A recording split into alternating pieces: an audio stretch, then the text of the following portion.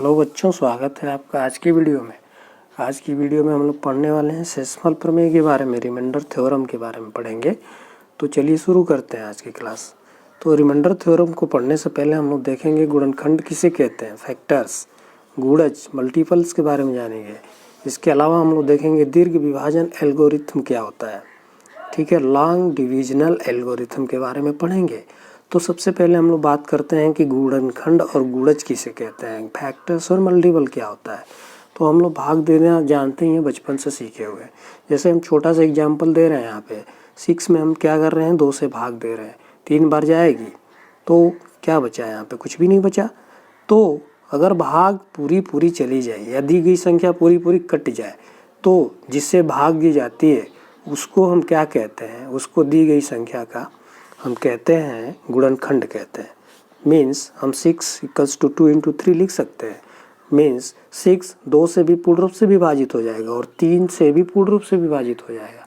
तो हम कहेंगे कि 2 और 3 6 का क्या है, गुणनखंड है और या फिर फैक्टर्स है।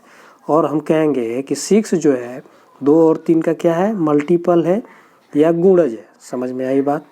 जिसमें भाग दी जाती है उस संख्या को हम गुणज या मल्टीपल तब कहेंगे जब भाग पूरी चली जाए, ठीक। और जिससे भाग दी जाती है उसको हम फैक्टर्स या गुणनखंड कहते हैं उस संख्या का जिसमें भाग दी जाती है। अगर दूसरा एग्जाम्पल हम यहाँ पे आप लोगों को दें कि 7 में 2 से अगर भाग दें तो 3 बार तो जाएगी, 6 यहाँ पे होगा, लेकिन शेषफल यहाँ पे 1 बच गया। तो यहाँ पे हम 7 को कैसे लिखते हैं, 7 = 2 × 3 + 1। यहाँ पे हम देख रहे हैं कि 2 से पूर्ण रूप से 7 विभाजित है नहीं, इसलिए हम ये नहीं कहेंगे कि 2 7 का गुणनखंड है, ऐसा नहीं कह पाएंगे हम। या फिर 7 2 का गुणज है, ऐसा नहीं कह पाएंगे। संख्या पूर्ण रूप से विभाजित होनी चाहिए तभी हम गुणनखंड और गुणज कहते हैं। बात समझ में आई।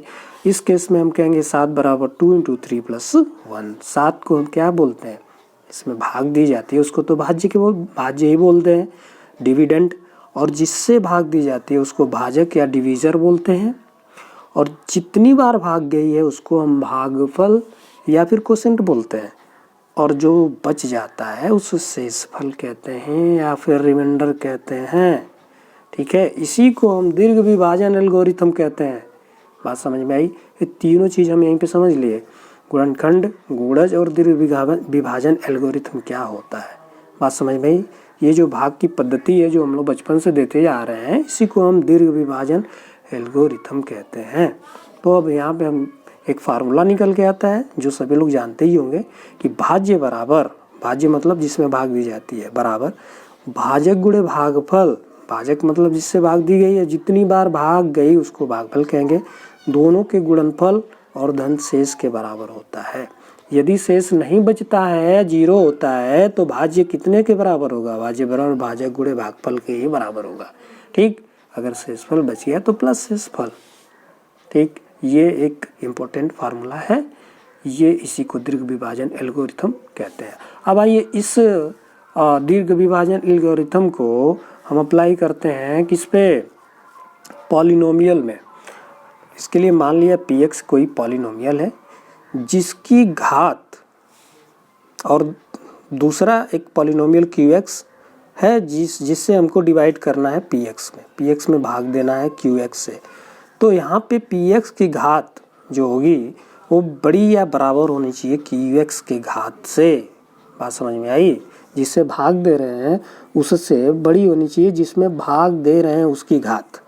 और qx does not equals to 0 के बराबर नहीं होना चाहिए, मतलब भाजक जो है हमारा 0 के बराबर नहीं होना चाहिए, ठीक है ना। जैसे हम मान लीजिए 2 से 3 में भाग दे रहे हैं या 2 में ही दे रहे हैं, तभी तो भाग जाएगी। 2 या 2 से अधिक होगा संख्या तभी तो 2 से भाग जाएगी। बात समझ रहे हैं ना। 2 से कम होगा तो भाग नहीं जाएगी। तो यही केस इसमें भी है, इसमें घात से कंपेयर करते हैं। तो बहुपद की घात अगर बड़ी है, जिसमें भाग दिया जा रहा है उसकी घात बड़ी है, जिससे भाग दिया जा रहा है उसके घात से, तब तो भाग जाएगी। अगर घात जो है कम हुई तब नहीं भाग जाएगी। बात समझ में आई। तो भाग देते हुए अगर कुछ बच गया शेषफल, तो उसको हम आर एक्स से डिनोट करते हैं। तो आर एक्स शेषफल की घात क्या होनी चाहिए, जो क्यू एक्स है मतलब भाजक है उसके घात से कम होनी चाहिए। बात समझ में आई? अगर एक घात बराबर होगी इसके तब तो फिर एक बार और भाग जाएगी। भाग तब तक जाएगी जब तक शेषफल की घात क्यू एक्स की घात से कम ना हो जाए। यहाँ पे समझिए ना, अगर मान लीजिए 3 में भाग दे रहे हैं 2 के, तो एक बार जाएगी, यहाँ पे 1 बचेगा। तो भाग तब तक जाती है जब तक यहाँ पे क्या होता है, ये बराबर या बड़ा हो, जो भाजक है उससे छोटा होगा तो भाग नहीं जाएगी। इसी तरह से अगर हम पॉलिनोमियल में बात करें तो आर एक्स की घात अगर कम हुई क्यू एक्स की घात से तब तो भाग नहीं जाएगी, अगर बराबर हुई या बड़ी हुई तब तो भाग जाएगी। चलिए इसको हम एग्जाम्पल के थ्रू समझते हैं। एग्जाम्पल ले लेते हैं। एक बहुपद हम लिया पी एक्स जिसकी वैल्यू है 4x² + 3x + 1, और दूसरा हमने बहुपद लिया क्यू एक्स जिसे भाग देनी है पी एक्स में, उसकी वैल्यू है x - 1। देखिए ना, इसकी घात कितनी है, 2 है। इस बहुपद की घात 1 है, इसकी घात बड़ी है इससे, इसलिए इसमें भाग चली जाएगी इससे। बात समझ में आई? तो चलिए ना भाग देते हैं। कैसे? दीर्घ विभाजन एल्गोरिथम का यूज करते हुए। तो ऐसे लिखते हैं ना, यहाँ पे 4x² + 3x + 1, x - 1 यहाँ लिखते हैं, ठीक है ना। भाग देते हैं। भाग देने के लिए सबसे पहला टर्म हम पकड़ते हैं, पद 4x² है, और यहाँ पे पहला पद क्या है, भाजक का पहला पद x है। इन दोनों में देखते हैं भाग कितनी बार जाती है। 4x² बटे में x लिखा, x से x कैंसिल हुआ, एक x ऊपर का खत्म हो जाएगा, कितना बचा, 4x बार भाग गई ना, तो पूरी भाग हम 4x बार ले जाते हैं, ठीक। तो 4x यहाँ लिखा, अब 4x बार भाग जाएगी, इसका मतलब इसका इसमें गुणा किया जाएगा और जो आएगा यहाँ पे लिखा जाएगा। तो करिए, 4x² यहाँ पे हुआ, फिर इसका गुणा इसमें किया तो -4x हुआ, ठीक है। अब क्या करते हैं, घटाते हैं ना, तो घटाइए। तो इसमें क्या होता है, पॉलिनोमियल वाले में, बहुपद वाले में क्या होता है, जो प्लस होता है वो माइनस हो जाता है घटाते समय, और माइनस का साइन प्लस हो जाता है, अपोजिट हो जाता है।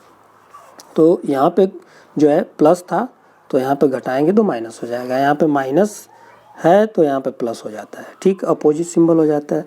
अब ये 4x² है -4x² है, दोनों तो कैंसिल हो गए, और यहाँ पे 4x हो गया, यहाँ पे 3x है, तो दोनों ऐड होंगे कि नहीं, तो ये जुड़ करके 7x हो जाएगा।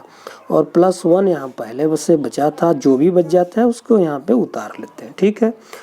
अब फिर दोबारा भाग जाती है, दोबारा कितनी बार भाग जाएगी, इसके लिए क्या करते हैं, यहाँ का पहला पद लेते हैं और इस पहले पद से भाग दे के देखते हैं। तो इसका पहला पद क्या है, 7x, और इसका x है, तो कितनी बार भाग जाएगी, देखिए ना, 7x में x से भाग दीजिए, x से कैंसिल, 7 बार जाएगी, तो 7 बार भाग ले जाते हैं इस बार, तो +7 लिखते हैं, और इस 7 का इसमें गुणा करके यहाँ लिख देते हैं। तो देखिए ना, 7x - 7 हो गया, ठीक है।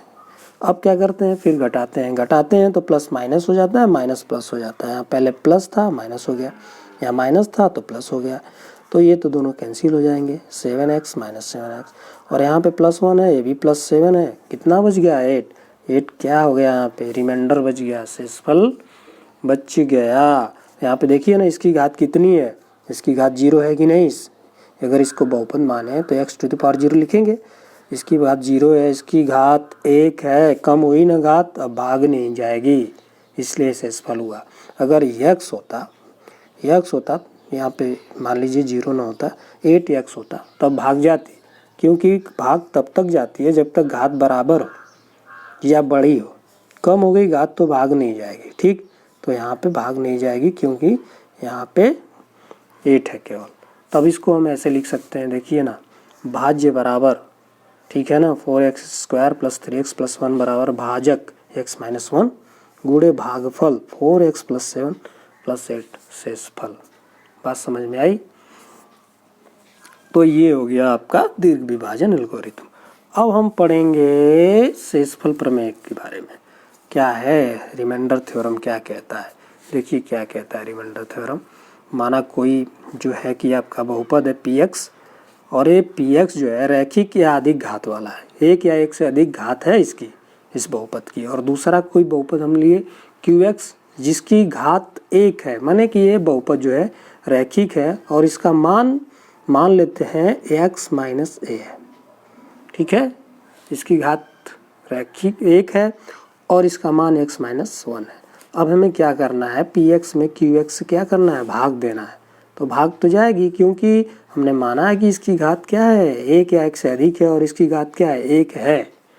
तो बराबर होगी तब भी भाग जाएगी और इसकी घात ज़्यादा होगी तब भी भाग जाएगी। बात समझ में आई। तो जब भाग देंगे तो दो कंडीशन होगी, एक तो भाग पूरी चली जाएगी, जब पूरी चली जाएगी तो रिमाइंडर हमारा क्या बचेगा, कुछ भी नहीं बचेगा। और दूसरी कंडीशन क्या होगी, भाग पूरी न जाए तो क्या बचेगा, हमारे पास रिमाइंडर बचेगा। तो रिमाइंडर बचेगा तो इसी रिमाइंडर को हमको क्या करना है, लॉन्ग दीर्घ विभाजन एल्गोरिथम का प्रयोग न करते हुए शेषफल प्रमेय से डायरेक्ट बता देना है कि शेषफल कितना बचेगा, ठीक है। पूरा भाग नहीं देने जाते हैं हम लोग, बच जाते हैं। शेषफल प्रमेय का प्रयोग करते हैं तो डायरेक्ट हम निकाल देते हैं कि शेषफल कितना बचेगा, ठीक है। और जो शेषफल बचता है ना उसकी घात हम ऊपर देख ही चुके हैं, उसको अगर RX से डिनोट करें तो इसकी घात जो भाजक है ना, डिवीजर है, उसकी घात से क्या होनी चाहिए, कम होनी चाहिए। अगर कम नहीं हुई, बराबर या ज़्यादा हुई तो भाग फिर जाती है पुनः, ठीक है ना। तो कम होनी चाहिए। तो चलिए यहाँ पे जो हमने माना है qx बराबर x माइनस 1, इसमें a वास्तविक संख्या, कोई वास्तविक संख्या हो सकती है, ठीक है ना। तो शेषफल प्रमेय यही कहता है ना कि इस स्थिति में जो है pa क्या होगा, हमारा शेषफल होगा pa। मतलब px की जगह पे pa रखेंगे और जो मान आएगा वही हमारा शेषफल होगा। डायरेक्ट इसका मान निकाल लेते हैं हम, ठीक है ना। चलिए इसको एग्जाम्पल के थ्रू समझते हैं, आइए देख लेते हैं। जी देखिए एग्जाम्पल देख लेते हैं। एक हम बहुपद लिए px जिसका मान है x to the power 4 minus 3x cube plus 2x square plus 1 minus 1। इसकी घात कितनी है, 4 है ना। मैक्सिमम घात जिस पद की होगी वही पूरे बहुपद की घात होती है, तो 4 है यहाँ पे मैक्सिमम। तो इस बहुपद की घात कितनी हो जाएगी, 4 होगी।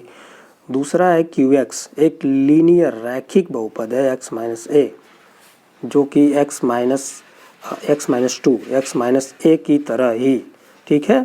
जहाँ पे दो क्या है, एक रियल नंबर है a की तरह ही। बात समझ में आई। अब हमको क्या कहना है कि शेषफल ज्ञात करना है, इसमें इससे भाग देना है और शेषफल ज्ञात करना है। कैसे, शेषफल प्रमेय का प्रयोग करते हुए, न कि पूरा हम भाग देने जाएंगे। शेषफल प्रमेय का प्रयोग करेंगे और निकाल लेंगे। तो करते हैं। तो शेषफल प्रमेय क्या कहता है कि pa क्या होगा, शेषफल होगा। और यहाँ पे a की वैल्यू क्या है, x माइनस ए से कंपेयर करेंगे इसका तो x माइनस 2 का, तो a की वैल्यू कितनी निकल के आएगी, 2। a की मान क्या है, a का मान 2 है, ठीक है ना। तो p2 निकाल लेंगे, p2 का मान जो होगा वही शेषफल होगा। तो रख दीजिए p2 बराबर क्या होगा, जहाँ जहाँ x है वहाँ क्या रखेंगे, 2 रखेंगे इसमें। तो रख दीजिए ना। देखिए 2 to the power 4 minus 3 into 2 to the power 3, ठीक, plus 2 into 2 to the power 2 plus 2 minus 1। इसको सॉल्व करिए। 2 दूना के 4 दूना के 8 दूना के 16, 2 दूना के 4 दूना के 8 त्रिके 24, 2 दूना के 4 और 4 दूनी 8 प्लस 2 माइनस 1, ठीक है। सॉल्व करिए इसको। ये 16 है, प्लस 8 है, ठीक है। 16 और 8 कितना होगा, प्लस का 24 हो गया, माइनस के 24 से कैंसिल हो जाएगा और यहाँ बचा 2 माइनस 1, 2 में से 1 जाएगा 1। ये शेषफल हमारा डायरेक्ट निकल के आ गया। हम भाग देने जाएंगे पूरा लॉन्ग मेथड से तब भी हमारा शेषफल यही आने वाला है। तो शेषफल प्रमेय इसका यही यूज है कि हम डायरेक्टली शेषफल को निकाल लेते हैं शेषफल प्रमेय का यूज करते हुए। ए का मान कैसे निकालते हैं, देखिए ए क्या है, ए इस दिए हुए रैखिक बहुपद का शून्यक ही तो है, ठीक है ना। तो ए का मान निकालने के लिए हम डायरेक्ट जो भाजक दिया होता है ना उसका शून्यक निकाल लेते हैं। देखिए यहाँ पे x माइनस 2 का शून्यक निकालने के लिए इसको शून्य के बराबर करेंगे और इसको पक्षांतर कर देंगे तो x बराबर 2 आ जाएगा। यही जो है a के बराबर होगा, ये a के बराबर होगा और इसका मान रख देंगे, pa निकाल लेंगे आराम से। बात समझ में आई। तो बताइएगा आज की क्लास कैसी लगी, कमेंट्स करके ज़रूर बताइएगा। वीडियो अच्छी लगी हो तो लाइक शेयर और सब्सक्राइब कर दीजिएगा। धन्यवाद।